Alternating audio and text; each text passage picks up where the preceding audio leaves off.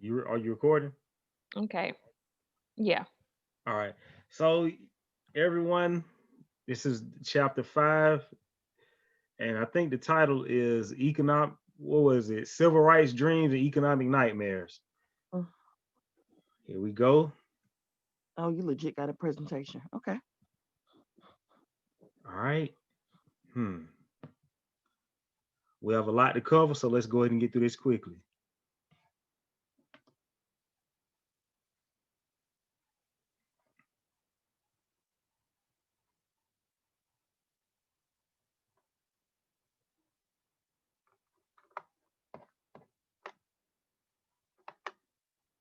Hold on. No, that was supposed to play. All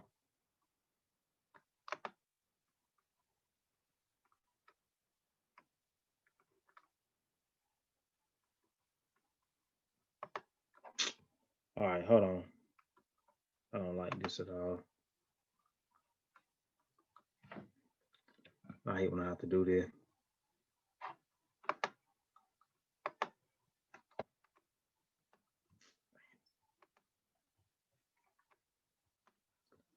All right. This is not the way this is supposed to be going. I'm sorry. What you apologizing us for? We just have random discussions most nights. Don't nobody even take the time to put the presentation together. This is not. You're This, right. Just Yeah, I you was gotta already admit it. It thinking was very. nobody even wants to come behind DeAndre after this. Right. He making we y'all bootleg and stuff and he trying to give his Harvard lecture. He trying to apologize for what?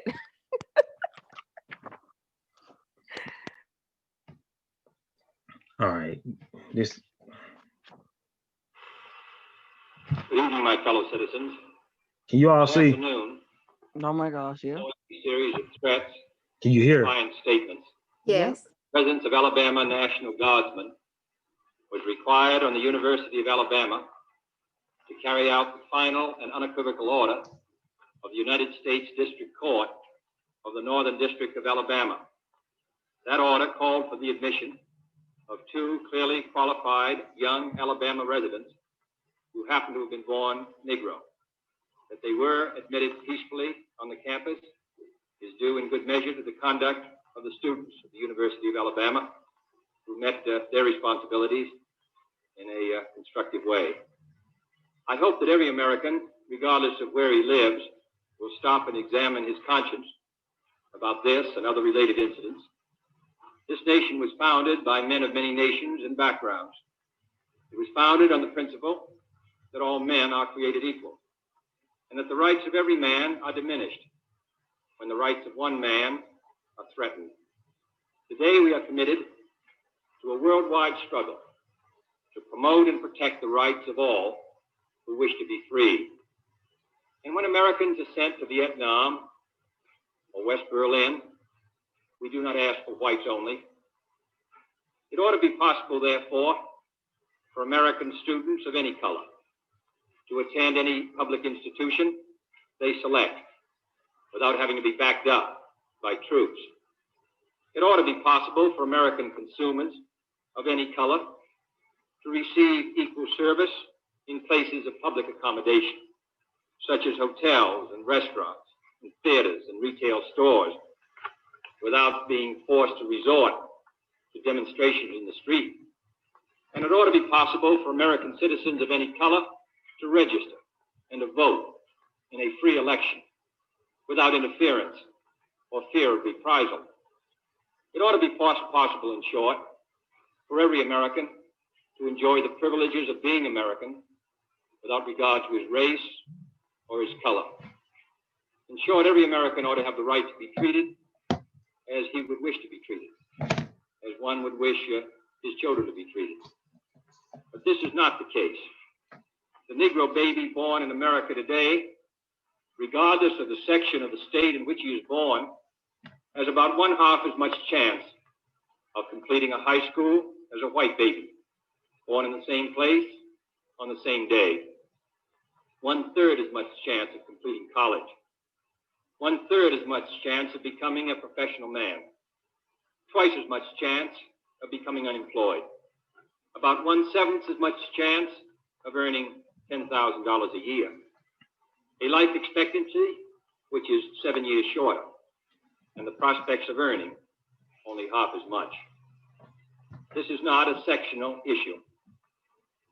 Difficulties over segregation and discrimination exist in every city, in every state of the Union, producing in many cities a rising tide of discontent that threatens the public safety.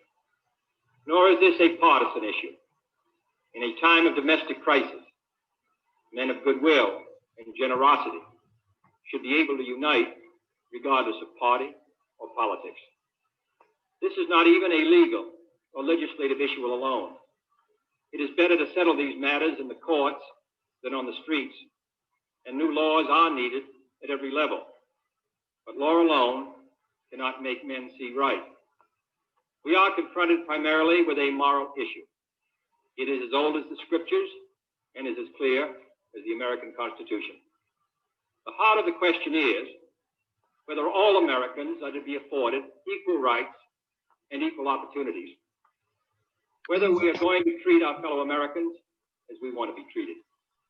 If an American, because his skin is dark, cannot eat lunch in a restaurant open to the public, if he cannot send his children to the best public school available, if he cannot vote for the public officials who represent him, if in short he cannot enjoy the full and free life which all of us want, then who among us would be content to have the color of his skin changed and stand in his place?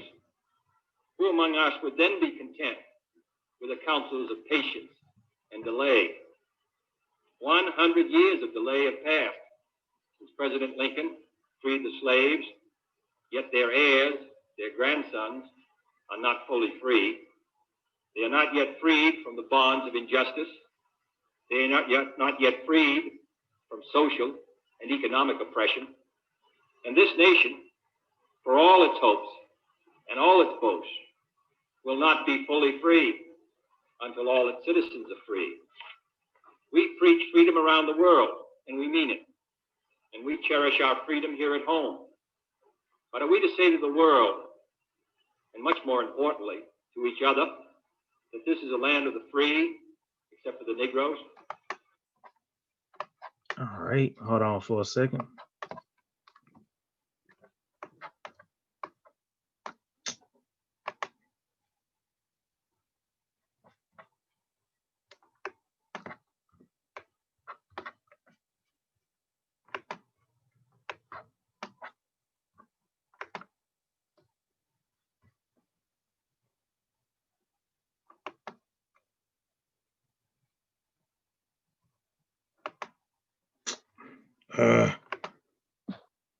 It's making me mad. All right, finally.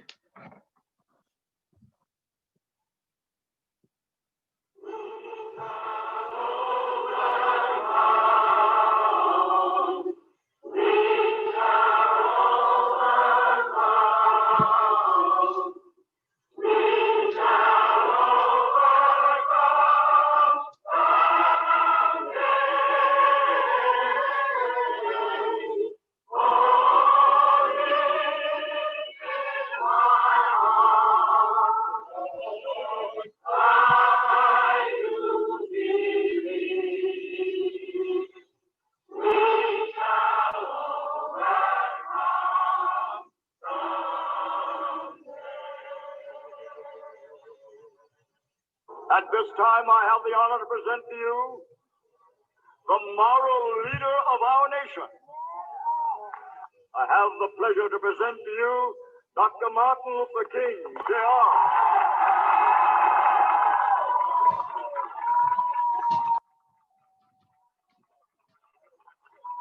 I am happy to join with you today in what will go down in history as the greatest demonstration for freedom in the history of our nation.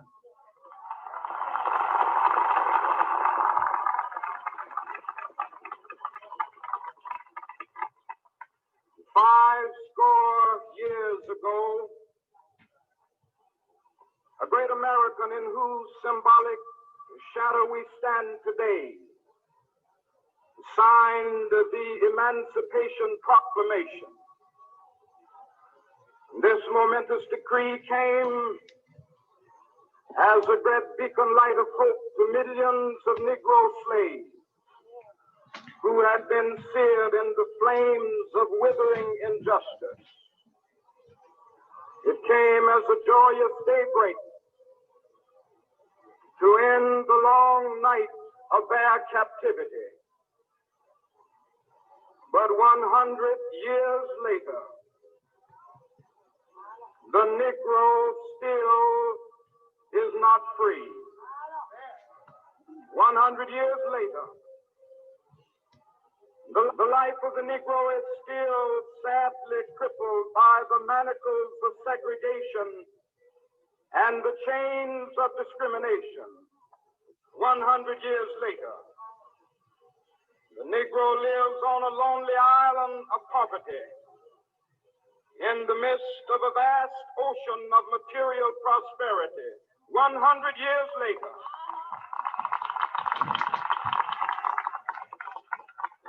the Negro is still languished in the corners of American society and finds himself in exile in his own land. And so we've come here today to dramatize the shameful condition. In a sense, we've come to our nation's capital to cash a check. When the architects of our republic wrote the magnificent words of the Constitution and the Declaration of Independence, they were signing a promissory note to which every American was to fall heir. This note was a promise that all men, yes, black men as well as white men, would be guaranteed the unalienable rights of life, liberty, and the pursuit of happiness. It is obvious today that America has defaulted on this promissory note insofar as her citizens of color are concerned. Instead of honoring this sacred obligation, America has given the Negro people a bad check, a check which has come back marked insufficient funds.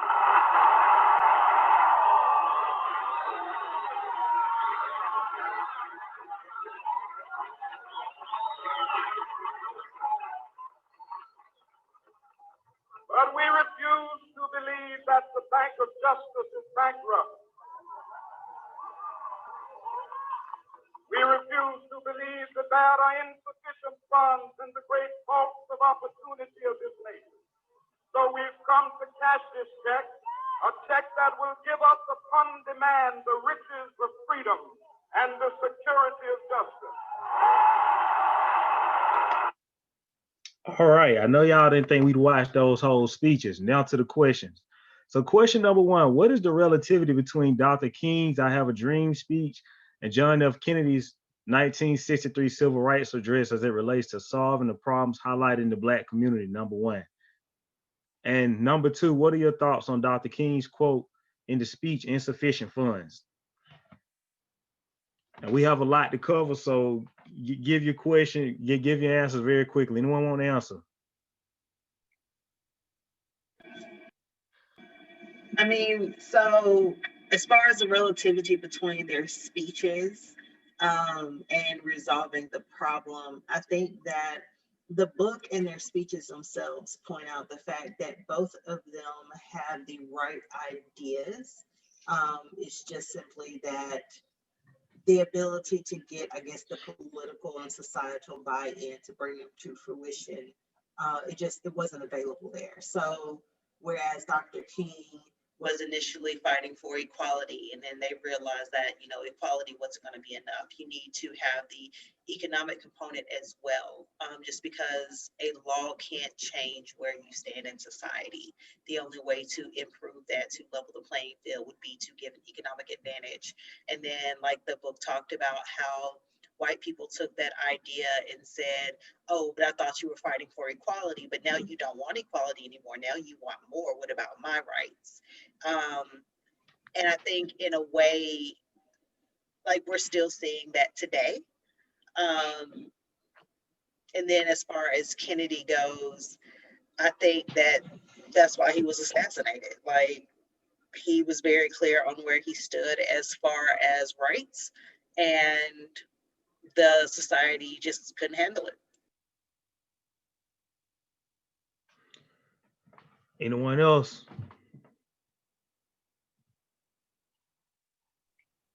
I agree with Jasmine. So nothing I would add to that. I mean, to the second one, I didn't even think that he was referring to something similar to reparations until the book kind of pointed it out. But I mean, I see it now, and it's just, you know, I like the way, I don't know, it's really weird. King has a way with words that I think I haven't seen in, well, I obviously was not born then, but he has a way with words that I can appreciate. And, you know, he just tried to appeal to people in a certain way and still be respectful. But, you know, in the end, it really didn't do what it was supposed to do. But yeah. Still, there's a lot of, you know, after I ain't hear all of Kennedy's speech. And I mean, just going back to Dr. King's speech, how they shortened the title of the march, because the march, it wasn't a march on Washington. It was a march. You know, they kind of shortened it, just like they, you know, now all they talk about that speech is the infamous "I have a dream." They done condensed it all to just that. And I think they probably did it also with Kennedy's also. It's like after a certain amount of time, the impact has been lessened. It's like you don't even, you know, I get tired of hearing "I have a dream" because they use that as like it's like a frame of reference almost, like that's the only thing they go to. And it's what he talked about was so much more than that. You know, they didn't say he was in Montgomery fighting for the sanitation workers. Little stuff like that that's always omitted, and you realize how much they do. And as far as like say Kennedy, what he was talking about as far as our situation here, he was still trying to impose something down in Cuba. He was about to get them the business. You know what I'm saying? So it's like I'm not giving Kennedy this great equalizer or whatever they want to make him out to be. You know, it's like, I mean, this book, I'm loving this book, but it's, you know, it make you realize little things going on. Like when they talking about, you always hear about conservative stuff and talking about smaller government, less government. And what they really talking about is they don't want the government imposing the things that they was giving to them back when we wasn't getting none of that with the New Deal and all that. When the government was intervening, it was welcomed then. But when it come to us, now they don't want no intervention with government, limited government and all that. And that's really what they trying to imply. But they say it in such a subtle way that you don't really get it. And because you really feel like that. Like I wasn't really for reparations because I was like, yo, it really is, you know, we can get it on our own. But, you know, delving into this book and stuff, you realize, yo, man, we really got the short end of the stick. And something got to be, you know, you got to level the playing field. You know what I mean? So, I mean, it's crazy. I know I went a little off topic, man, but it's all good because the in-depth discussions are really going to be towards the end because we really have a lot to cover because I still have a lot to blow you all's minds with. So this is just the tip of the iceberg. But yeah, I heard about you. PowerPoint presentations, player. But before we move forward, would anyone else like to address these questions? Because this next clip I'm about to show y'all is gonna be, huh? Can we address the second question too?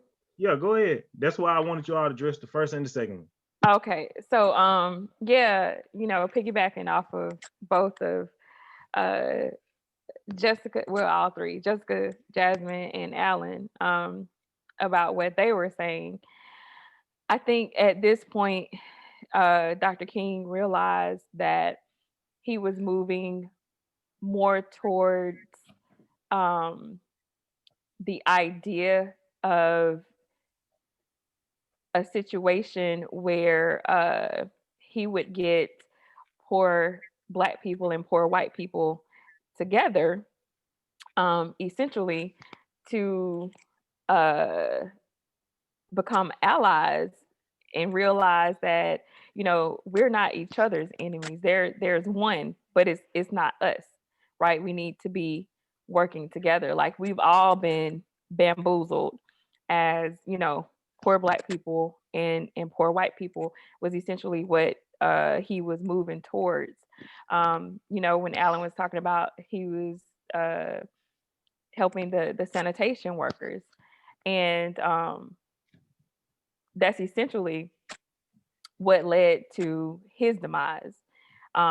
Because when you start challenging that capitalistic structure and those ideologies, now people are like, wait a minute, they were focusing on this other thing, which yeah, we could have gave them that, but now they're really threatening our overall way of life, dismantling the whole structure. So I think when he started talking about insufficient funds, he was realizing that we're basically getting thrown crumbs, and this situation is bigger than just Black people. It encompasses, poor white people as well that are being disenfranchised and don't really realize it. And along with Kennedy, um, I'm going to say Kennedy did a lot of good for the short time that he was in office. I mean, him and his brother, and they both ended up being assassinated. Uh, it was a little bit deeper than just what they were doing for Black people and civil rights, though. But that did play a lot into it. So yeah, that's just my take on it. All right. Now we're gonna go ahead and move forward. Now all right. So the 1964 Civil Rights Act and the Voting Right Act of 1965 aimed to fix the bug in the system by erasing the dissonance between word and deed. Get over here. And as soon as the laws were passed, it was apparent that the victory had been a halloween. Blacks were still unemployed twice the rates of whites. They occupied low-wage jobs and had little wealth, and these momentous laws provided no conceivable path out of poverty. Number one, abolishing racist laws was not the same thing as equality. Number two, ending segregation was not the same thing as integration. Number three, ending job discrimination was not the same as having jobs. Number four, ending credit discrimination was not the same thing as providing credit. So question, and before I ask this question, because I have a clip I want to show you all from the film Black Friday, the remix. Do you want to see the clip first or answer the question first? We can go with the clip. Now the clip is 8 minutes long though. So y'all sure? It doesn't matter. It's whatever, however you think is best. Okay. Right. Come All on, right, hold on. clip. And here's the clip. Yeah. Okay, hold on for a Hey, second. Alan, Monique. Hey, everybody. Y'all snuck in. I wanted to say hey. Oh, damn. Hold on.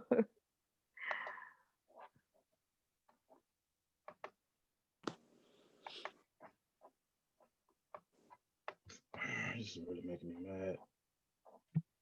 Okay. And I want to say I was right. Sandra does look like Nandi, but with glasses. I knew you had glasses. You know what? No.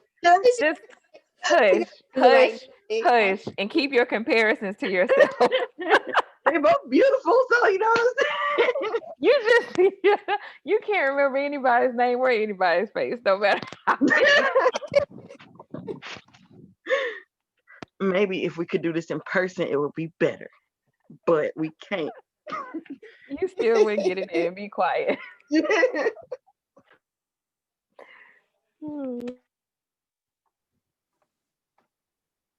If Nandi wasn't cute, I'd be upset, but Right. All right, you all. here it is. I had to readjust and realign. Hold on. Yeah, I'm trying to get this to full. Okay, here we go.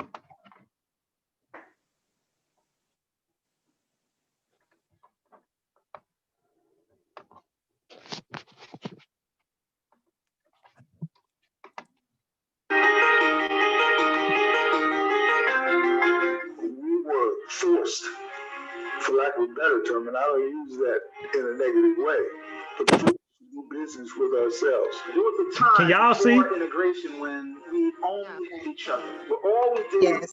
Hold on for a second. Somebody's outside letting off rounds and I can hear it.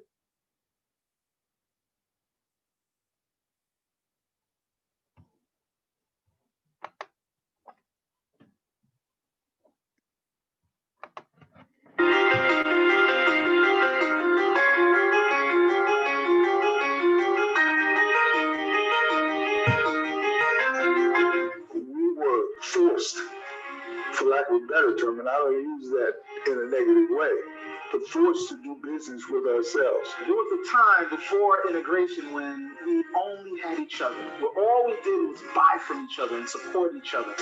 In 1910, for instance, we owned more businesses per 100,000 African Americans than we do today in 2015.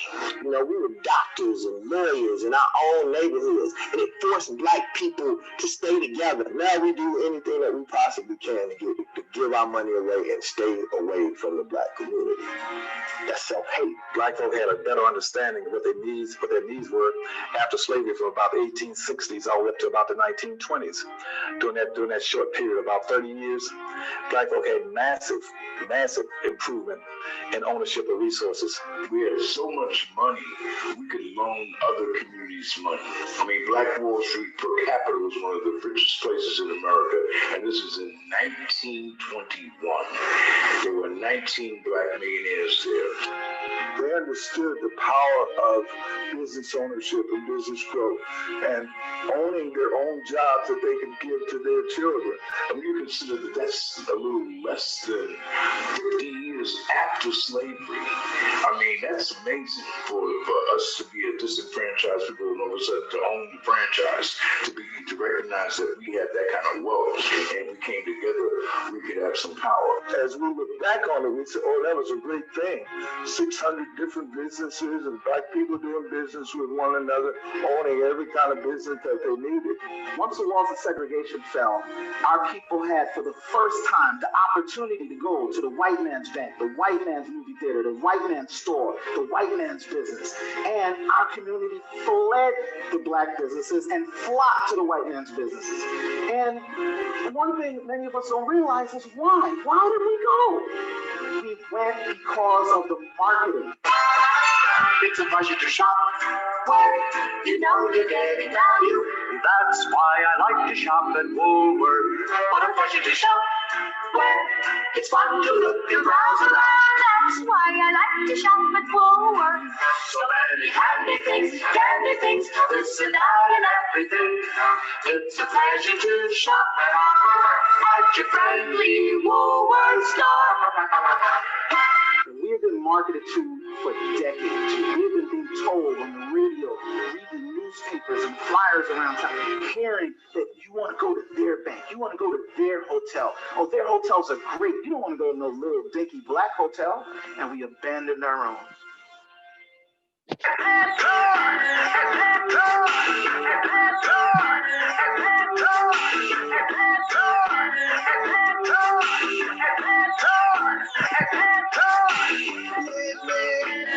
So let me ask you this, man. Do you think innovation helped us or hurt us? Both? Yeah, both. And why is that? I mean, it got us to other places. It got us out of the neighborhood. It made us desire more and want more. You know, chase it. There was a little bit of ambition.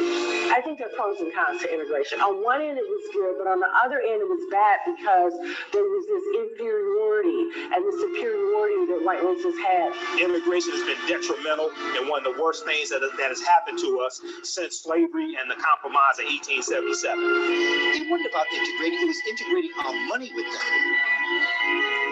integration was not good for us. It never was, and it never will be, as it relates to what we have to do economically. Nations do business with nations.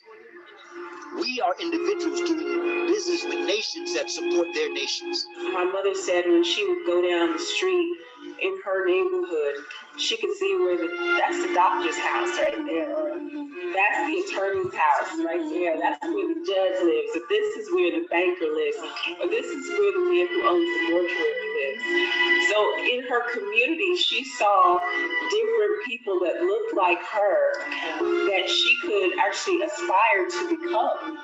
Now, if you go to a black community, it's called a neighborhood. Why is it called a neighborhood? Because we don't own anything. If you don't own anything, you're just a neighbor in the hood. If you own it, it's yours. So it's communities. It's community based. We don't own nothing in our communities anymore. No, it's no secret why police will go around and they kind of do a slave patrol, protecting what? Property owners and property. They didn't say people.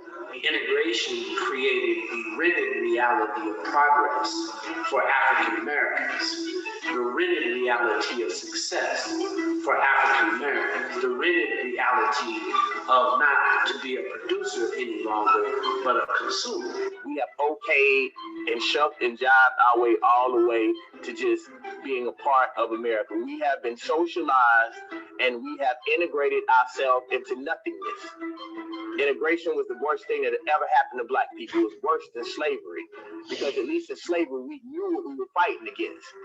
Now we feel like we are part of something that was designed to enslave us. We forgot that we were supposed to do business with each other. We thought we had to go do business on an integrated basis. No other community does that.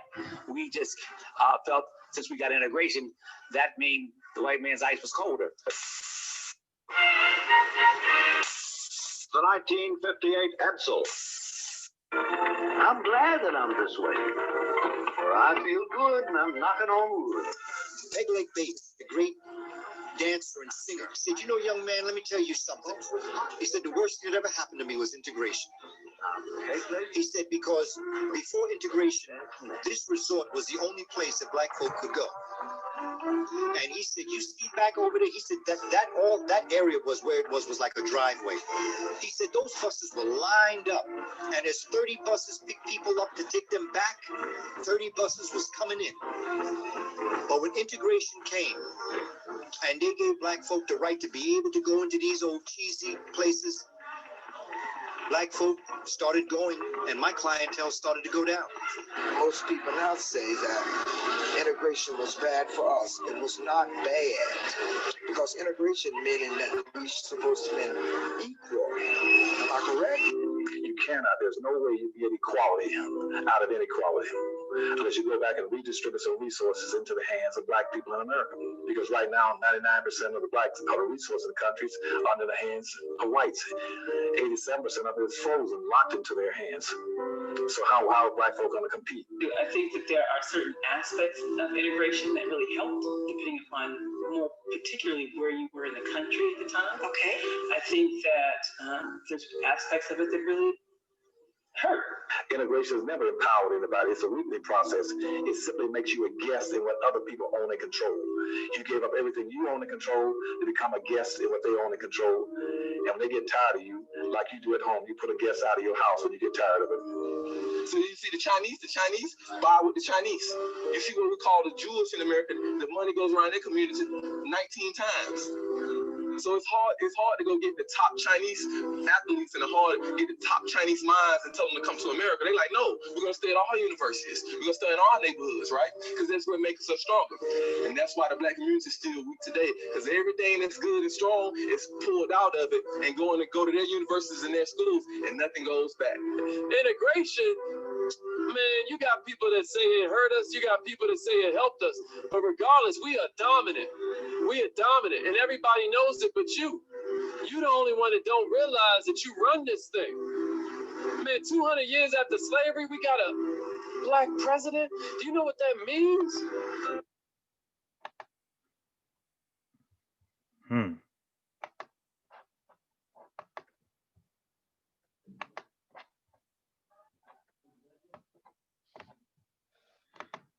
Now know you all got, now I want to hear you all's outlook. Now, for the record, if you all want that film, I know the filmmaker Rick Mathis.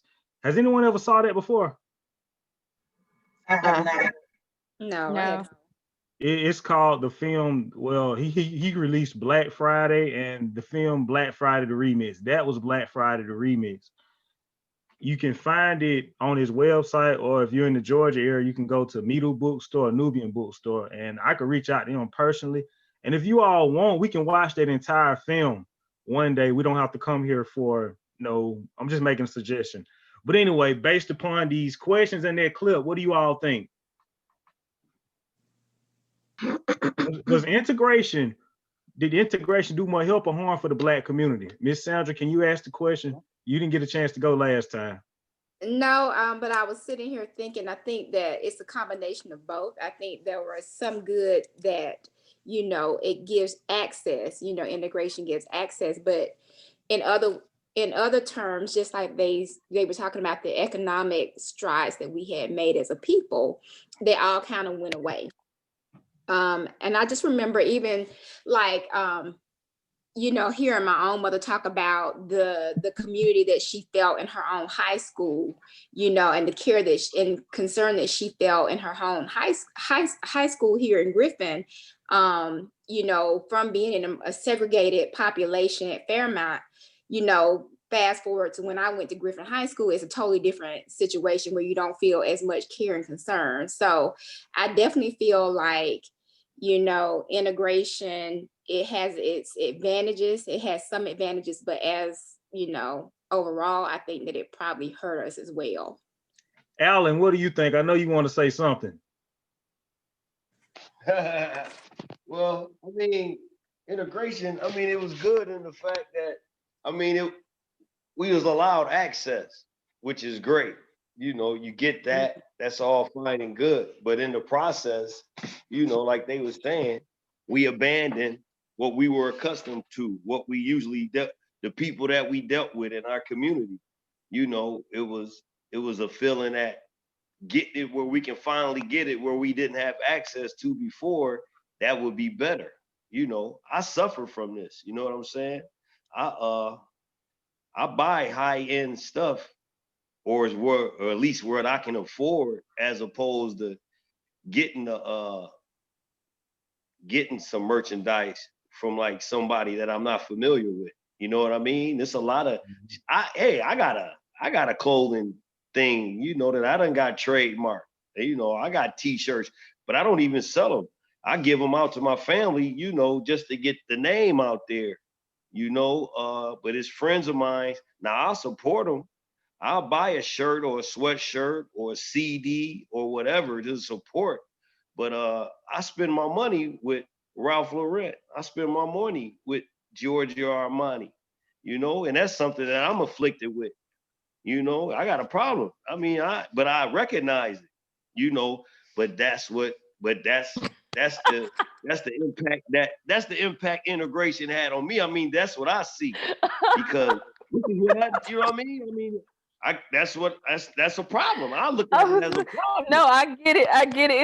It's just funny the way that you said it. It's like an Alcoholics Anonymous meeting.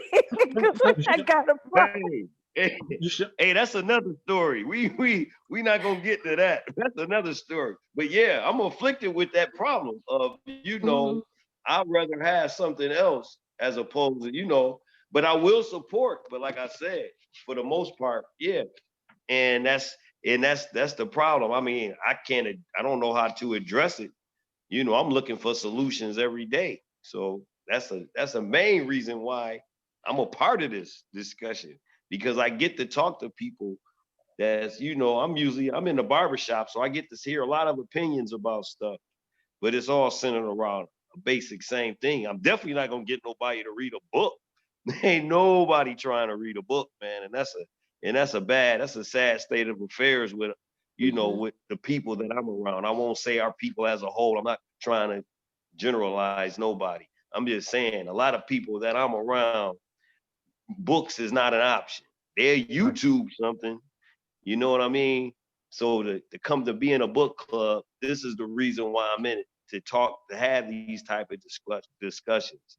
So this is extremely healthy for me and my well-being, and to a lesser effect my kids, because they get it from me. You know what I'm saying? Gotcha. So I appreciate this, what y'all doing. I will appreciate you from being so. Anyone would you like to chime in before we go on? Because I would really like to hear some more people outlook on integration. And Yeah, before I would. all right, go ahead. So piggybacking kind of off of what Alan said, as kind of like what he described as being his problem, I think is the unenvisioned problem from the start. I think that, you know, much like the other laws that they had where you went, you know, ending this doesn't change this. This is kind of similar in that aspect of, you know, enforcing integration does not enforce equal reciprocity of integration. You know, integration would have been effective had it not been a situation where the blacks were integrating into the whites and turning their money in. If it was reciprocated, if the whites had started utilizing the black businesses, then it could have been equally beneficial. But I think that it had lofty intentions and there were probably lofty goals associated with it, because in theory, if everything was balanced and if everything was reciprocated, it would have, in all intents and purposes, been effective. But because it was phrased in a way of, well, this white store is so much better, and now that you finally come here, this is where you should come spend your money. Black businesses didn't have the ability to counter that. And so where they were steadily losing their population and their patrons, they weren't getting any. And there was, I'm sorry. Were you about to say something? Oh, I was gonna say, well, you know, and also remember that they were the white stores were cheaper because they had more access to people, more different. I think that's what they were saying in the book. They're, you know, basically it was higher priced where we were because it wasn't as diverse. You didn't have as much clientele. You had to kind of jack up the prices to kind of meet your profit. And versus the white stores, you not so much. Now, mind you, I don't know if they still charge you more if you were black or not, but regardless, with, like y'all said, the thought of the white man's ice is colder, of course we'll go there. But honestly, with integration, I think it was inevitable, and it was an inevitability no matter what, because we would not have been able to remain segregated in a land where we were brought to be. When we tried being segregated and having our own, yeah, it was fine for a while, but eventually we would have had to turn. Eventually, we would have had to cooperate with the white man for something economically. Eventually, even if we didn't, they wouldn't leave us alone. They have a deep-seated hatred for our race more than any other race in the world, for reasons still beyond my comprehension. So no matter what, even when we had our own stuff, they would still come and destroy us because, well, you can't have that either. Well, you don't want me here. You want me here, but you don't. But you want my labor, but then you don't want my business. Like, I don't know what you want from me. So eventually, we did assimilate, and eventually it was going to lead to integration. So it was inevitability, whether it hurt or helped us, regardless. All right. Would anybody else, and this is going to be the last one? No, I think it just speaks to, though, the fact that there is a deep-rooted psychology involved as well when you talk about integration. When you say that their ice is colder, it just goes back to the idea that white is better, you know, the superiority type of aspect. And, you know, that is something that even Black people, you know, come to internalize as well. And it shows up as, yes, there were economic reasons why we would flee, you know, like Jessica was saying, because they had cheaper prices, you know, because they had more access to things. But there's also this belief that, you know, maybe their institutions and things were better. And when you're withheld from something, you know, for so long and you're told that you can't do it, of course, when you can do it, you're going to flee to that. And so I think there's a psychological aspect to it as well that we have to address, and that is so difficult to overcome. Going back to that Willie Lynch book that we read, the first book that we read here in the book club, but there's a psychological hold on us that we really have to address. All right, I feel like it's completely like back to the video, I know we didn't spend a lot of time talking about it, but within the first like 15 seconds, when he was talking about the students that integrated into Alabama, he's talking about their credentials. And he's like, but they just happen to have been born Negro. And it was just, he meant well. And I do think that like his intentions were good with acknowledging that, you know, these people who are Black have the same credentials, but even just that intonation just shows how, as a nation, it was perceived as being Black was less than. Got you. I'll just say this. It's just like what Yashonda said at the beginning before we started reading this book. It said how she said that the more things change, the more they stayed the same. That's my thought on integration. Because here's the thing. Integrate, here's the thing. A lot more Blacks have been able to accumulate and become more wealthy. But even individually, as African Americans have become, even individually have how there have been more and more millionaires, we still, unfortunately, as a race, only own less than 1/2% of the wealth that's owned in America. And it's like integration, when it hurt us economically, and in America, when you're hurt economically, it affects you politically, educationally, and in other areas. So overall, my opinion is that integration was not the best solution for us, but I will say that it helped us in a way, but it didn't help us. I'm gonna go ahead and go forward because we still have a lot more to cover and time is winding down. I think I gave y'all too much content. We're not gonna get through everything. Just saw that. Hey, can I just say one thing? Can I say one thing? Because Make it quick. It's almost kickoff time. All right, it's quick. I just want to say, fun fact, it was nice to know that Cyril deGrasse Tyson is the father of Neil deGrasse Tyson. I mean, yeah, that tripped me out. That was something that was real interesting. That's all I got. All right, cool. Thank you for that. Now, so page am I on? So page 153 to 154 talked about the 1965 race riots and other riots that exploded, leading to Dr. King's assassination. I'm just gonna go ahead and ask the question because you all can read that. What lessons have race riots in America, both from the past and the present, continue to teach us as a nation? Would anyone like to? That the government, white people still don't care about why we doing it. They just care about controlling it.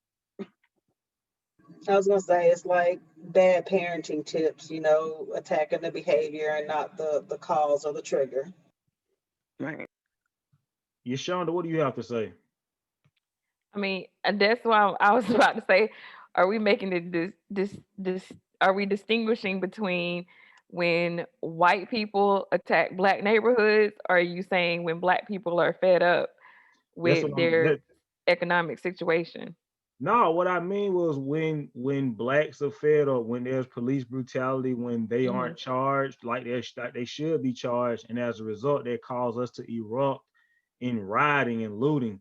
What have these lessons, since they've happened over the years, what do they teach? What do these lessons continue to teach us as a nation? That nobody cares until you start messing with the white man's money. Right. Yeah, that's true.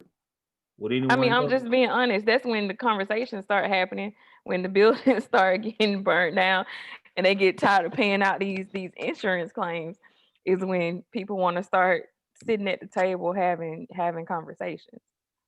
All right. So, I mean, one thing that I think that becomes a disadvantage. It's an advantage when it starts making people pay attention, but it's a disadvantage because we still get complacent with the little crumbs that are thrown out to us and not really attacking the real issues. Okay, we start taking these surface level surface level type of initiatives that they give to us, but it still doesn't stop us from bleeding to death. You see what I'm saying? we're putting a little bandage over a gunshot wound, and you know that essentially doesn't help anything. Got you. All right, we'll go ahead and move forward.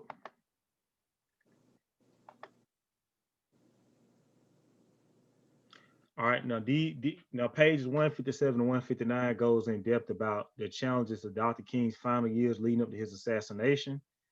And toward the end of his life, King came to the realization that achieving racial equality would require radical measures of integration and poverty alleviation that the government will not pursue. And a lot of what is left out of the popular narrative of Dr. King's movement is his bout with clinical depression, as the nation seemed to be backtracking after unleashing so much hope with the groundbreaking Civil Rights and Voting Rights Acts. A 1967 Gallup poll revealed that for the first time in a decade, King would not be on the list of admired Americans.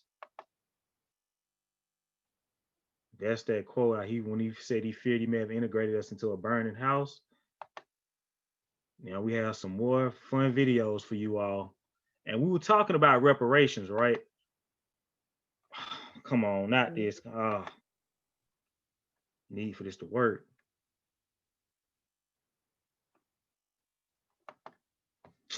What? Okay, now they want to work.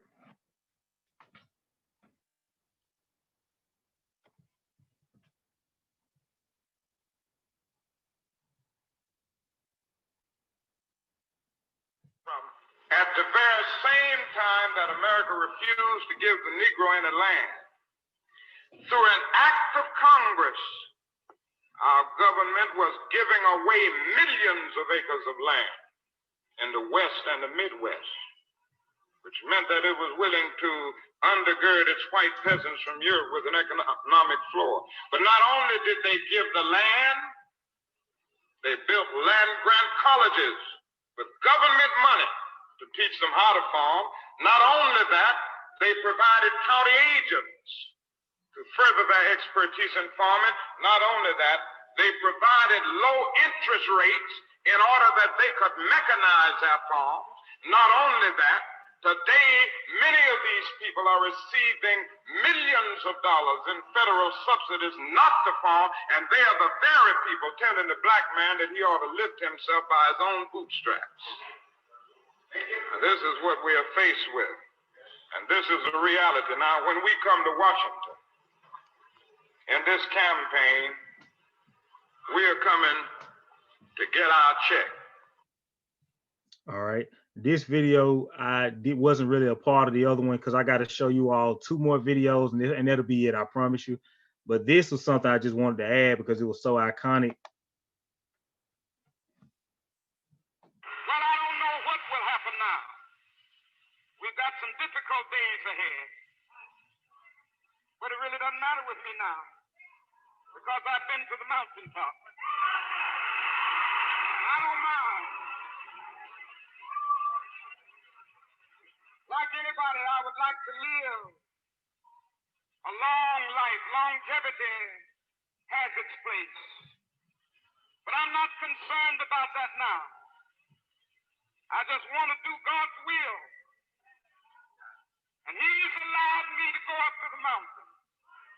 And I've looked over and I've seen the promised land.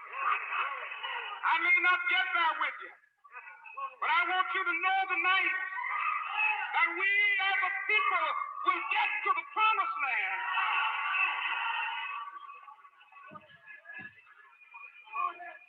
So I'm happy tonight. I'm not worried about anything. I'm not fearing any man. Mine eyes have seen the glory of the coming of the Lord. All right, now I got to get back over to YouTube because this would not let me share my screen, of course.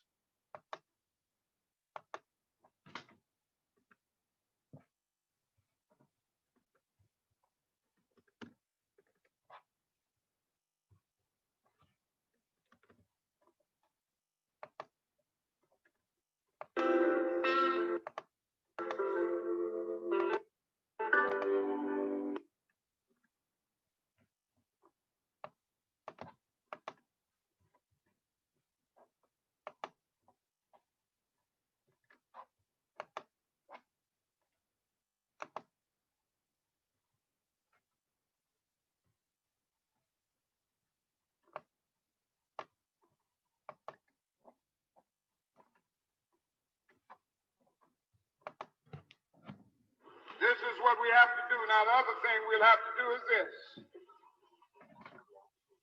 Always anchor our external direct action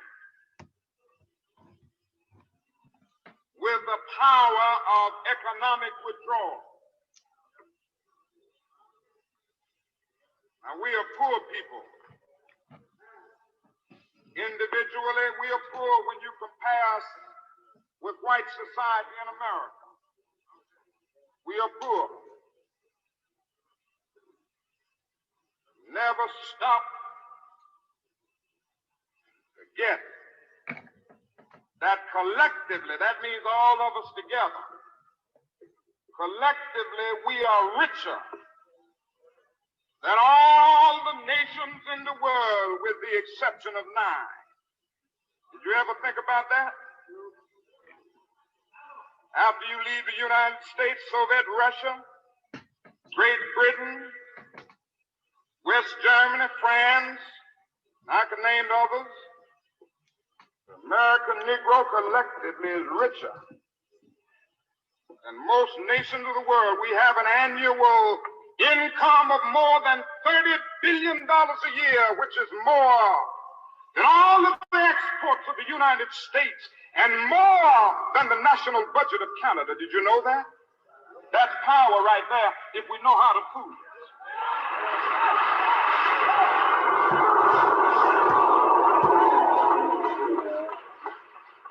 We don't have to argue with anybody.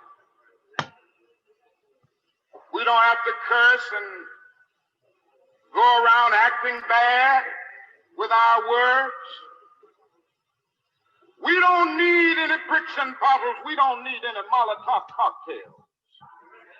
We just need to go around to these stores and to these massive industries in our country and say, God sent us by here to say to you that you're not treating his children right. And we come by here to ask you to make the first item on your agenda fair treatment where God's children are concerned. Now, if you're not prepared to do that, we do have an agenda that we must follow. And our agenda calls for withdrawing economic support from you.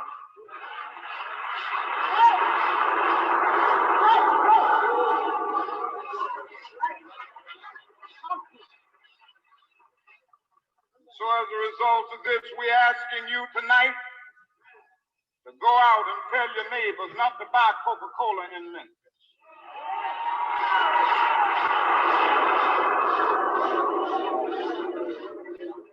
Go by and tell them not to buy sealed pressed milk.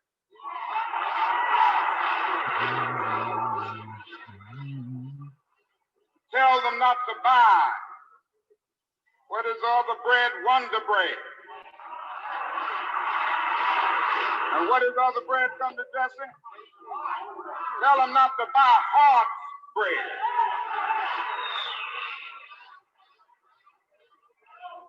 As Jesse Jackson has said, up to now, only the garbage men have been feeling pain. Now we must kind of redistribute the pain.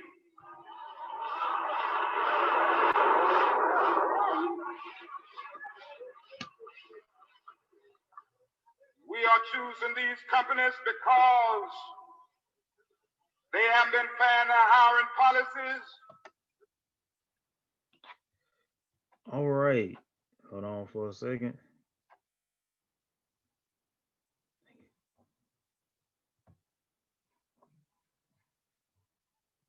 Now, before we go on to the Malcolm X speech, that's the last video we're going to hear, and then we're going straight into the questions. Do anybody have anything they would like to elaborate upon regarding Dr. King's economics and reparations? Do you think this has something to do with him getting assassinated?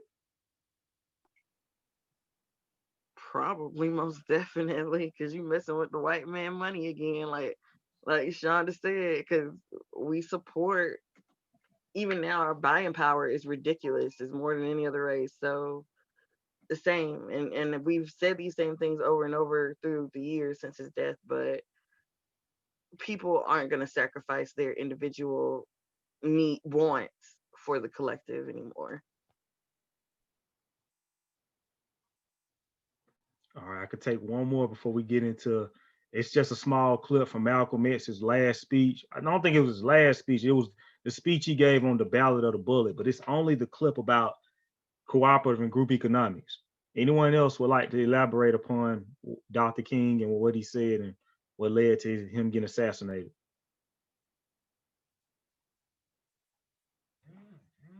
All right.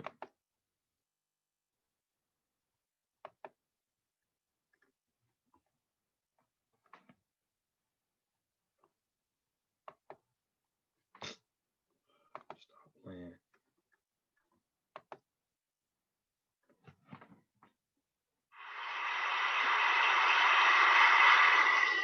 The political philosophy of black nationalism only means that the black man should control the politics and the politicians in his own community. The time when white people can come in our community and get us to vote for them so that they can be our political leaders and tell us what to do and what not to do is long gone.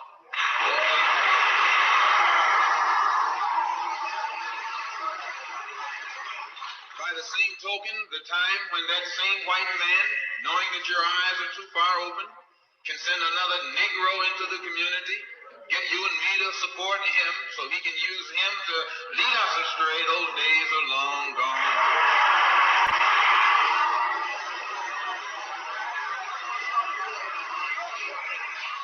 The political philosophy of black nationalism only means that if you and I are going to live in a black community, and that's where we're going to live, because as soon as you move into one of their, as soon as you move out of the black community into their community, it's mixed for a period of time, but they're gone, and you're right there all by yourself.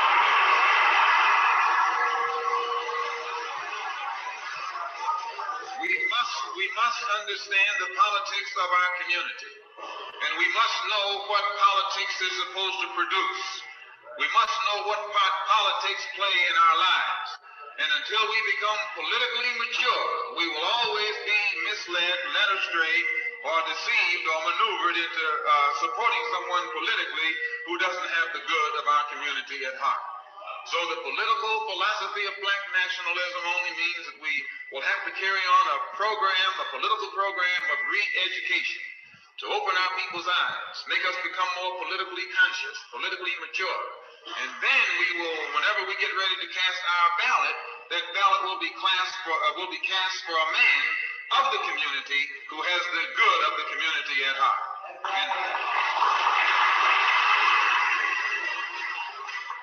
the economic philosophy of black nationalism only means that we should own and operate and control the economy of our community.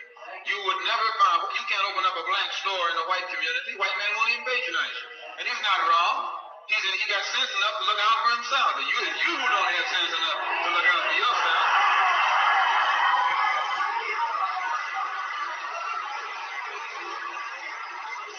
The white man is too intelligent to let someone else come and gain control of the economy of his community. But you will let anybody come in and control the economy of your community. Control the housing, control the education, control the jobs, control the businesses under the pretext that you want to integrate. No, you're out of your mind.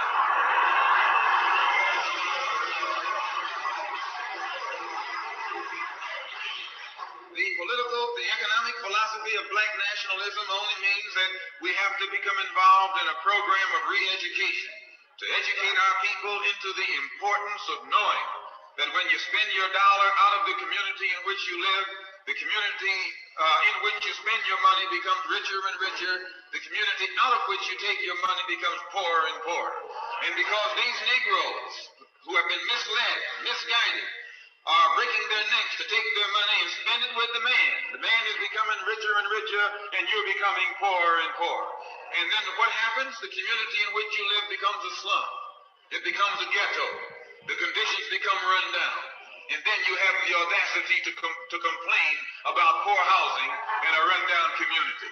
Why, you run it down yourself when you take your dollar.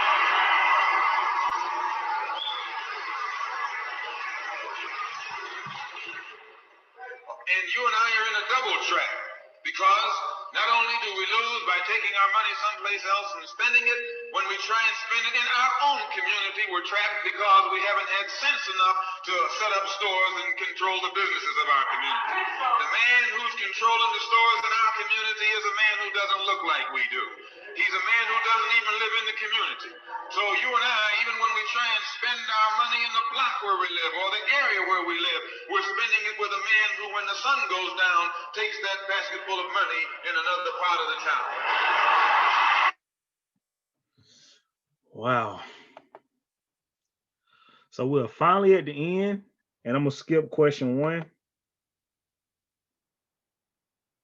Because question 1, so let me ask you all this. Question number 2, which gap is wider between the Black and white community, the wealth gap or the poverty gap? Wealth gap. Okay. Anybody else want to answer? Now, like right now? Yes, we're like 2 slides away from the end, and I actually ended earlier. No, I thought I would. like you talking about. No. Go ahead. Yeah, I understand what you're saying. Yeah, I mean, yeah. Which one is greater? Which one is what? Maybe it's the wealth gap. All right. Anybody would like to elaborate before we go to question 3? I mean, I think it's the wealth gap because, like we've read before, that Blacks make up like less than 1% of wealth in the nation. And I think that there are enough poor, people of other races that could give them a higher percentage of poverty than what we have of wealth. And I think like the top, 5% or something, they're all white, right? So that owns top 5% owns all the wealth or something, they're all white. So that's why I said wealth. We'll skip number 4 as well. I don't know why I even put that question in there. But question number 3, and I would like participation from everyone if I can get it. If either Dr. King or Malcolm X would have at least lived to make it to the 1980s, how differently would things be both politically and economically for Black people? Yashonda, come on. You can answer this, I know. I don't necessarily know if it would be that much different, to be completely honest with you. I mean, I feel like no matter what leaders we have, whether it's Dr. King, whether it's Malcolm X, whether it's the Black Panther Party, whether it's the NAACP or whoever, you still will not have everyone on the same page, regardless. So I can't say that we would be light years ahead of where we are right now. I can't say that. Sandra, could you answer, please? Yes, I was going to say that I think idealistically, one thing that the book pointed out is that theoretically, and what they were fighting for, Malcolm and Dr. King were pretty much closer together than they were further apart. And I think traditionally, a lot of the literature has painted them, and books and things have painted them as being so far apart on the spectrum. Idealistically, I would hope that, if we got a what if scenario and they had lived another 20, 30 years, that they would have been able to advance the economic vision, because that was the part that really died with their deaths. That the book talked about, I think the Black Panther Party picked it up and, tried. But that really is the missing key to all of this. And that's where they were headed. So maybe if they had lived, then they could have provided some more leadership around it. All right. Anyone else? I think if they had lived, it wouldn't have made as much of an impact. What they were saying, it wouldn't have stuck around for as long, because you don't appreciate people when they're here. You only appreciate them after they're gone. And like they were saying, the leaders of the civil rights movement were already losing traction towards the end of it, and it's just like different generations come up. It's kind of the same, I guess, if you want to say it, kind of like biblically, like Moses led the people out of Egypt, and remember that whole generation had to pass away, and then the next generation didn't see the same things, well, the one after them didn't see the same things that the other generation saw. So I think with every generation, you're gonna get further and further away from your goal, only because with that progressive fighting that they were doing for us, we didn't have to go through what they had to go through. We didn't have to struggle as much. So it's just different ideals. We'll see things differently, and I just don't think it really would have made too much of a difference, except that their words wouldn't have stuck around as much, and they wouldn't have made as much of an impact. Got you. Jasmine, would you care to answer? No, I don't have anything that hadn't already been said. All right. Monique, would you like to answer? What was the question again? Can you see the presentation? It's number 3. Oh, I was multitasking. Hold up. Organized decision. All we see is that key number 4 is still the YouTube thing. That's what it's been on. Oh my God. Can somebody just tell me the question? Hold on, let me get. Let's see. Ew. There you go. Good job. All right, can y'all see it now?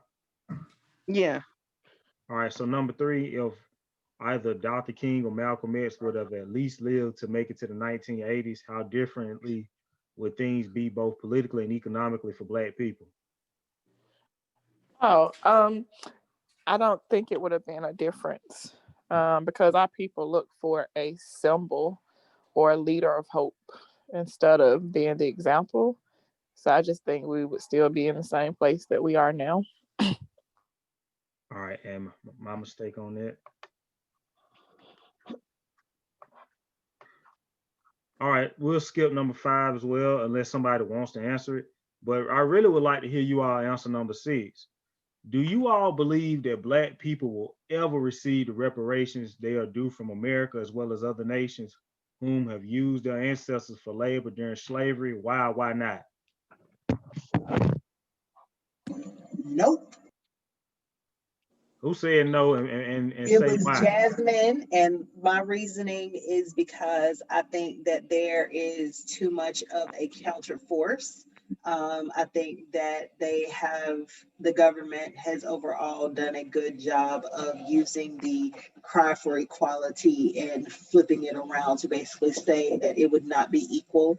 And it's just going to have to be a situation in which, I don't know, I guess that group economics theory is going to have to come forward for gains to be made. Either that or just basically equally valuing property. I do not think that we're going to reach a point in which our government is going to agree to give any kind of financial reimbursement due to what our ancestors experienced. I just don't see it. I'm gonna say no too, only because now everybody who would receive it. If you have one dropping you, do you get it? Like, it would be too hard to distinguish race from race, and people will be like, again, that, like she said, that it's not fair. It's not fair. Even if we pointed out everything that we've learned, it would still be, well, I deserve it because I'm 1/8 of it. It just get all kind of crazy. Miss Sandra, what do you think? Oh, I think that there's no way that that's going to happen. I think that it's been too long, and I think there's too much contention, and divisiveness, in the nation that has been there and that continues to me to grow, especially in this time that we're living in right now. And I just feel like that's never going to happen. Yes, Shonda. Unmute yourself. Sorry, never gonna happen unless we storm the Treasury Department and write the check ourselves or take the money ourselves. It's just not gonna happen. Well, I'm gonna go ahead and tell you all that I am in agreement it's not going to happen. And it's for different reasons for other than what y'all said. The reason why we're not going to ever get our reparations is because what America owes us is that if America gave black people what they owe, they would be giving up over 90% of its wealth. Matter of fact, over 99% of its wealth. The very resources that they have that have accumulated their wealth are the very resources that was birthed out of slavery. So why would they give up their wealth to give to us? That's why I don't think we're getting our reparations. Now we still have time, and I'm amazed that it's 125 because I really thought I was going to go over time. But would anyone want to answer question 5, or do you all want to just end it? I mean, it doesn't matter to me. Really, our actual meeting time is slated for a 2-hour slot, not really an hour and 30 minutes. So, I mean, whoever y'all want to keep going, answer the question is fine. All right, so the question is, how big of a role has white supremacy and white nationalist power structures played in dismantling the overall progression that many black leaders such as Dr. King, Malcolm X, James Baldwin, Stokely Carmichael, and Huey P. Newton fought to make? I mean, it's a huge role. Of course, that's the foundation of America is a white supremacist structure. It's in every single institution that you could think of. So it's the fabric of America essentially. So of course it's played the huge overall role in everything pretty much. Yeah, even now they still trying to fight against. Really, I don't know at this point, but yeah, like really put us back in our place according to them. So they still continue. I didn't honestly think it was that many people left until this election. So yeah, they're still playing a huge role in it, and it's starting from the top and it's coming down to the streets. And it's I know, before I even go there, but when you think about it, we have our own people supporting this institution. So it's like it's deeply embedded. It's amazing. You're right. Anything else from anyone else? So I have a question, kind of. Okay, I have an answer. Okay, so if we have white supremacy and white nationalists, could we create an opposing party, or would it be shut down like immediately? Well, here's the thing. Everyone has tried to do that. Number one, create, and because you heard Malcolm X talk about what Black nationalism represented, that it represented group economics, and that we're not going to allow white people to be the leaders of our community, and we're not going to allow white people or white politicians to use Black leaders as puppets to control us so that they can support them. So we've tried doing that. The thing is that the white supremacy power structure is so much more powerful than any Black power structure in this country, that they utilize their resources to get one of us and use us against one another. And it's always an inside job when they do that. If they can't come upon you and try to, how do I put this in words? Because what happened to Dr. King being slapped in the face and placed in jail, that never happened to Malcolm X, because they had to be more strategic with him, and as well as other organizations that have already made it known that we're not going to allow you to do this. And it was the same with the Black Panthers, and as well as with the NEIA, which Marcus Garvey started, and even with the NAACP. There was a guy named Agent 800. I forget his biological name, but Agent 800 worked for the FBI and infiltrated Marcus Garvey's movement, and I think he infiltrated the NAACP. You all Google that, Agent 800. So no. Anyone else? Yeah, I was gonna say for that to happen, you would have to actually want to have Black people interested in the political arena. Period. The majority of us don't even know how the political process functions and don't care to even find out. Um, I always get sometimes I get a little irritated with people wanting to do like mass voter registrations, but at the same time you're not explaining the political process to people. You're telling them they need to get out and vote and you're telling them why on the surface, but they still don't understand how it works. So what are you really doing? That's how people end up being complacent with these different situations because they don't have a deeper understanding of how all of this stuff is connected. That's why you see them only voting for president and not participating in their local elections. It's because they don't understand essentially how everything works. Yeah, but even when you do understand it and explain it, like now I've been trying to tell it to my friends who are saying they're not going to vote. I'm explaining to them why, and they're like, it'll be okay. I'm not worried about it. I never benefited from anything anyway. We're selfish. So, especially nowadays, people are selfish and they don't care about what other people have to go through. They just worried about them. So, even once you explain it and how it could affect their community, they're just like, I'll be all right. I'll survive anything. I'm still dependent on my parents, or I'm okay. Like, yeah. So people are still selfish. So, Miss Sandra, I have a question. So, which presentation will better? Because I want to make the next time I facilitate, it's going to be better, of course.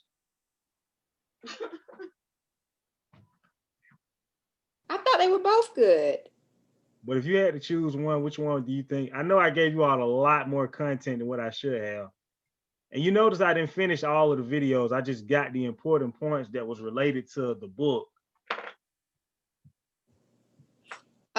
Probably, I think this one just had so much, that we probably need a little bit more time for it. So, and probably in terms of just like the time and, everything like that, and probably the first presentation, but they really were both good. Very much. Yeah, we appreciate the work you put into it. I have to do everything I do with excellence. I just have You to. do. Like I said, that nobody wants to come after you, Deandre. Right. Nobody wants to come after you. So that's funny. I have nothing else unless y'all would like to just stick around. Of course, Jasmine, what did you think? I enjoyed it. I like the videos. I don't have the time to sit down and do all the stuff that you do, but I really truly appreciate it and I enjoyed it. I like it. I like a good visual while we're talking. I do too. Now, like I said, that clip I showed you all on integration is from the film Black Friday, the remix. And if you all want, we can watch the entire film because I only got a clip of that because I know the guy Rick Mathis who made it. And the truth of the matter is, a lot of the people in that film I've met, and some I've gotten a chance to talk to myself. Like the last guy, Hazik, I know him, and some more people because that's in the film as well. And even Les Brown's daughter. I don't know if you know who Les Brown is, but you probably saw his daughter. Ona. Ona. Yeah. I was fortunate enough to meet both of them last year. And if you look on my Facebook profile picture, you notice who I'm sitting on the stage with. But yeah, that's up to y'all though, because I think everyone should watch that film because it's about, of course, Black people getting their finances together. And his niece asked him if he died, would he leave bills or benefits? And I'll be honest with you all, if I left here today, I would leave more bills. I'm working on that. So I'm serious, but just being honest. No, I can say this though. I have investments. I have a business I've started, so I'm working towards that. If I never would have went to college for that one semester, I wouldn't have those student loans, and it's not that much though. It's under $5,000, so I can pay that off within the next 2 years. Oh, gosh, I feel so behind now because I'm the only one that went for years and I'm in all this debt. Like, According to who? I was gonna say, I got a whole lot of debt from school. I said, did you take a Right. poll? at least y'all in y'all professions I'm at this about to say, if you point. take a poll about, I'm about to say, because But Jessica, you gotta keep in mind we are in service professions, which means we don't make the money to account for the amount of debt we got to get here to do it. right, We have passion professions. we Well, I do. thought if you were a teacher, they forgave your debt after like No, 5 years. ma'am. You worked for No, the no, No, ma'am. ma'am. No, That's ma'am. only for the No. Hope Teacher grants. Everything else is a whole lot of red tape. You paying for all that. dog. And then either for the forgiveness loans, you have to go for 10 years, not miss a payment, you know, all that And type they still only approve what 1% of those applications, or less than 1%. Right. Yeah, I've applied multiple times because I've been in education for forever, and I now work for a nonprofit, which also qualifies. But every time my application gets sent back. Oh wow. And then like the Oh, 10 yeah, years, like I might as well just go ahead and pay it off, you know. we And no, I ain't paying off nothing. I'm waiting on Joe and Kamala to cancel everything before I submit any payments. We done paid it off, and then the next year they go like, "Oh, we canceling our student debt." I'm like, God, why? Yep. I said I'll be deferring these mofos until Same. I'm like, being a man, career student taking one class forever till I'm 90 can't years pay back old. $2,000. How many more chapters we have left in the book? We got 3. 3. Hey, wow. Anyone would like to facilitate next? Right, which was what I was about to ask next. Because I'm facilitated out. Jessica, Sandra, how you doing, Sandra? Since you ain't been around in a while. Gosh, be back in, huh? So that's the Sunday after Christmas. Okay. She like, we ain't taking no break. We ain't taking no holiday break. Look, this is the same thing that happened to Jessica when she popped back up. She ended up having to facilitate the discussion. That's what happens when you've been gone for a while. You know what? You don't never call out Monique though. Huh? You don't never call out Monique. Monique just be chilling. She be quiet. I don't think she want to do nothing but listen. Yeah, I wouldn't be a good moderator. Probably when we do like another book and another genre or something, I'll do it. Yeah. Andra. I guess it's back on me then, huh? Okay. Once you do it, you ain't never got to do it again. That's it though. I've already done it. But you see, yeah, you've done it. You've done it how many times? Twice? Yeah, once. Oh yeah, so it's your turn. Deandre's done it twice. Jessica done it twice. Jasmine, you done it 2 or 3 times? Yeah, it's been 2 or 3. I don't remember which one. Oh, okay. Yeah. And I can't count how many times. Really? Nandi's done it twice too. So yeah, she's not feeling well today, so she had to sit out. Okay. Oh, and the other thing was sending me suggestions for uplifting books for us to read. By Black authors, so we can get out of this depressing stuff for the new year. To find something uplifting to kind of change the mood. So make sure y'all send me those suggestions so we can vote on them, and everybody can we can get them ordered ahead of time before we have to start the first chapter. So But I also like DeAndre's suggestion of watching that movie, going back to that as well. I think that would be a good thing to do. Okay. Do we want to, or we could take a break after we finish the last chapter and watch the movie and just have a discussion about the movie and then go on to the next book. That sounds good to me. I think that would give us more time to come up with a book title. It would be kind of a bi-week where nobody would have to present. We could just kind of watch it and then chat on it. I think that would be fun. Give a break. That is true. Yeah, that works. Okay. Look at what you done started, DeAndre. Now it's up to you. to make sure you get the whole movie by the time we finish chapter 8. Actually, the whole movie is in that clip. The problem was when they had their discussion Zoom because Dr. Boyce Watkins has a black movie night, and he and Rick Mathis were just happened to have a discussion, and then after they had their discussion, they went into the film. Matter of fact, if you all want, I can. This is what I'll do. I'll just go to the beginning, and then I'll show you a part of it because you already saw one part, just so you can get an idea what it's about. Is everybody up for that? Oh, we want to watch the whole thing. Don't give it to us. Right, now. we don't want to do it. We want to see the All right, whole okay, thing. So we're gonna pick a date. Well, okay. So let me ask this question. Since since this is how about we do this? Since this is the week of Christmas, how about we spend this Sunday watching the movie? Are you gonna be available, Deandre? Of course. Okay, so we can watch the movie and then have a discussion, right? Sandra, she gave you a little break right there. I sure did, but be ready after this week. She said she want presentations. How many chapters you said are left in the book? It's 3, right? 3. Yeah. That means we're going into what, mid-January? Mm-hmm. Oh, okay.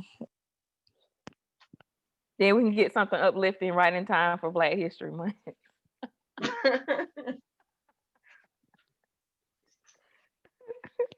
Everybody in agreement on that? Yeah, I'm down. Okay. Sounds good. All right, then. That's what we'll do for next Sunday. All right. So next Sunday's movie. After that is chapter 6 with Sandra. Then 7. She already penciling you in. Because you already agreed. I know. Then it's 7 and 8. Hurry, it'll come back around. And we got 7 and 8 with Yashonda and Jasmine. Then okay, first of all, I was gonna say how I get in here. It's right. It's other people. It's other people. Let's see. Katie hasn't done one. Alan hasn't done one, which I think would be hilarious. I put the title of it in the chat, so okay. So when you put the announcements out, you'll know. Cool. Appreciate it. Cool. I think that was a great idea. It really was a great idea. So are we doing books and movie suggestions moving forward, or this is just one time? I'm with whatever y'all want to do. We can discuss both. It doesn't matter to me. Okay. And when do you want the suggestions in by? Just as long as we do it, probably would be best by the time we do chapter 7. Okay. That way everybody have more than enough time. I think we could probably even add, Yashonda, you said something towards the end about people just not being educated, and I was thinking the same thing when it comes to financial literacy. That's a piece that we're often we just miss a lot of times. Mm-hmm. But political literacy and financial literacy, if we kind of invited people in, maybe just to have a discussion sometimes, to kind of add to what we're already talking about, to talk about some real world solutions, so that doesn't seem just so depressing. Like, what do we do? Where do we go from here, kind of thing? Right. I think that'd be a good idea for people that have different businesses or organizations that any of us might be interested in supporting, finding people that are actually out there doing the work. Yeah. So yeah, that's a great suggestion.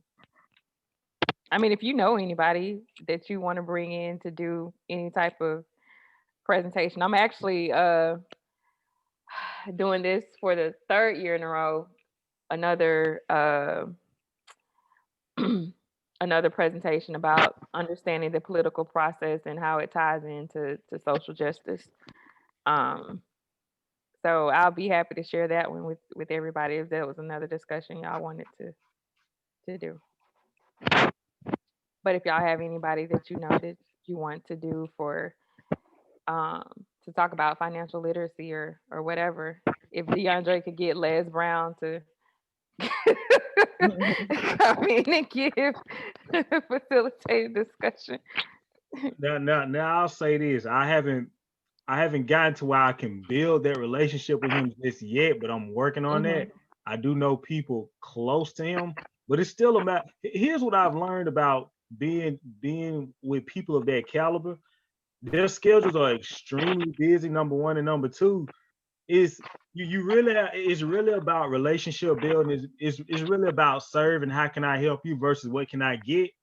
And so it's gonna get to that point. I just want to work towards that rather than just ask him for something without really building that camaraderie and building that solid relationship with him, like the people that I know that has it with him, because he knows me and I know him. But it's a matter of building that. You understand what I'm saying? Yeah, I wasn't expecting you to take that literal. My bad. I was just joking. No, I would do like, for real. Right. But Yashonda, I would Yashonda, I would love to do that. That's a great idea. I would love to make that happen. But I do have someone that on the financial literacy piece, we just had someone present for our sorority, 2 young men that are, active in that area. I could ask that are from the Griffin, Barnesville area. So yeah. Okay, cool. I've also got a friend who wrote a financial literacy book who he usually charges for speaking events, but I might be able to convince him that if we read his book that he might participate in one of our sessions. So I'll ask. I'll throw up the book title, and if it's something we're interested in, I'll run it by him and see how he feels about it. Okay. I don't know Good nobody. ideas, y'all. Sorry. we're gonna come out of our depression all happy. I was gonna make a statement earlier though when we were talking about reparations. I was gonna say, really, even if we got them, what would be the point? People would just blow their money anyway because we don't have financial know-how. We don't know. Oh yeah, they're going straight to the PlayStation 5s that people hawking for $900 and the Jordans for $300. But I was interested in knowing how when they said Israel will receive reparations from West Germany, did the individuals receive it or how was that distributed? That was discussed in the book. Yeah, I remember they said that. Was it just from their country to country to help build or repair the damage they had done, or was it actually given to individuals that then they kind of benefited in a secondary type of way? I'm gonna have to look that up because I was interested. It'd be interesting to see how that was paid out. The other thing was, and I meant to say this when you had brought it up in your presentation, DeAndre, about Dr. King having depression, and I'm like, a lot of people don't realize we're just about everyone who's in any type of service industry or community advocacy, we're all high functioning. We have high functioning depression. It's no way you can get around it because the majority of us are empaths, and we're dealing with these really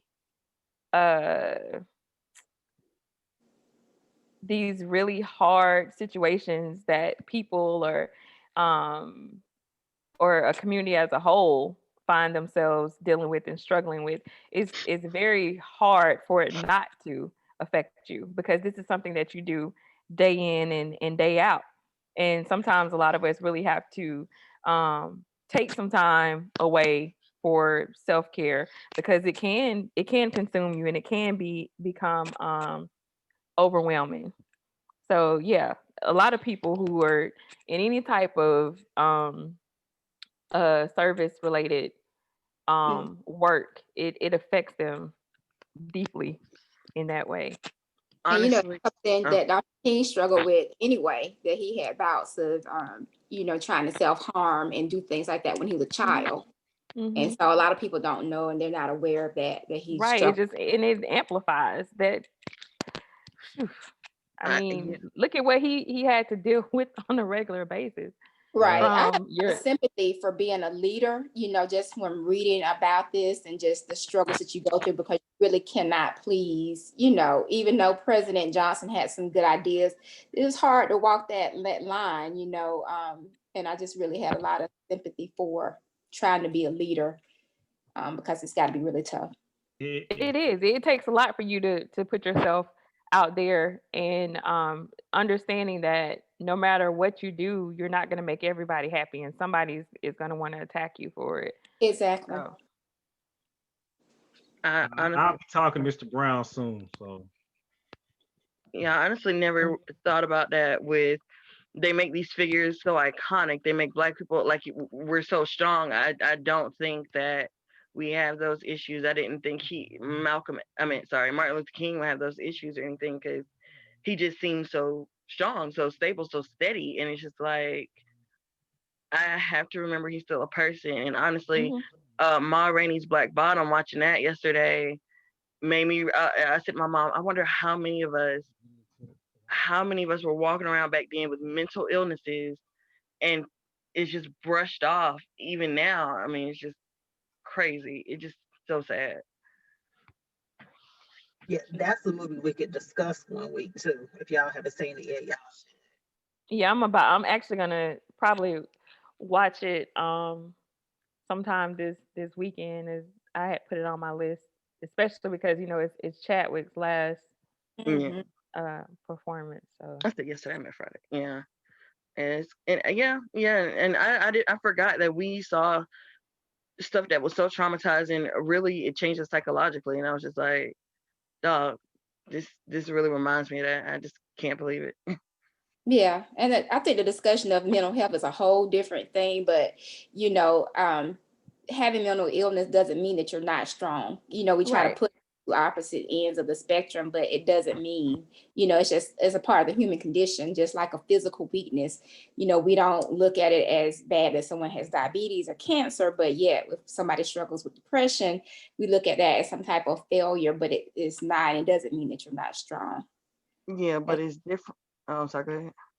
No, I was just saying that's my bend as a clinical social worker, but the way it's portrayed is really the problem. But I mean, mental illness has always been there, and it's just something that we've never addressed correctly, and that we, even as a nation, just have failed on tremendously.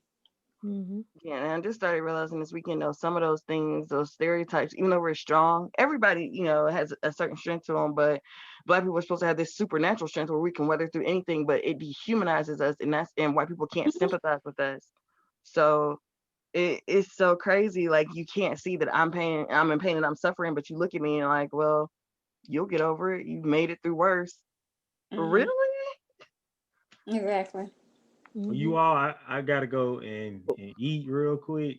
I will see you all Sunday and have the film ready. Yeah, it's gonna be very. I can say this. This is something, because this is what I did. Because I have Mr. Mathis's phone number. He and Sonia Booker, who's a real estate mogul out of the Atlanta area, they've opened up a creative studio in the heart of downtown Atlanta. And they have like Kamala Harris's, Keisha Lance Bottoms, and Stacey Abrams' faces graffiti in graffiti form on their building. So I met with him. He showed me a tour of the studio, and he and I was just talking about how we do have to have more of those discussions, because he got his start by being a videographer for Rolling Out magazine. You all remember, is Rolling Out magazine still around? And you notice it's still around. One of the people that you saw in that clip was the founder, Munson Steve. So we were talking about that, and I told him that I will tell as many people as I can, because that film, whether y'all notice or not, is 4 years old, but it's still relevant. It's gonna be relevant until we begin to take responsibility and do something about it. So I will have it. So be prepared for that. Y'all have a nice evening. You have a nice evening, Yashund. Everyone else has a nice afternoon. Right. Y'all have a nice day. All right, DeAndre. Presentation. Have a good week. Merry Christmas. Oh, same to you all. Wow. Yeah, because we won't see each other again until Sunday, and Christmas will have passed. So I hope Santa's good to all of you. You don't get any coal in your stockings. I don't celebrate it anyway, so we good.